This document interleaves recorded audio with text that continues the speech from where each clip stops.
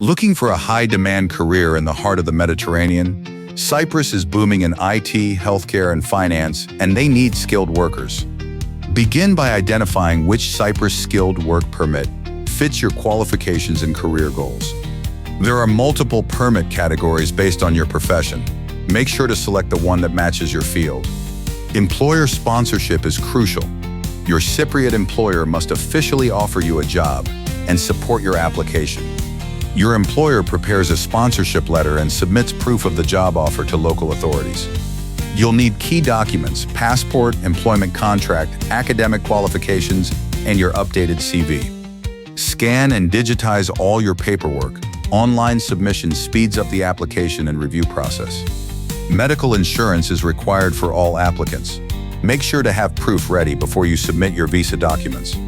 Keep physical copies of every document. You may need to present originals at the Cyprus Embassy or Consulate. Most skilled positions are concentrated in Nicosia, Limassol, and Larnaca, especially in IT, finance, and healthcare. These sectors are actively recruiting international talent. Demand is highest for experienced and specialized professionals. Expect a competitive minimum salary of 28,000 euros or more for skilled roles, often higher depending on your experience.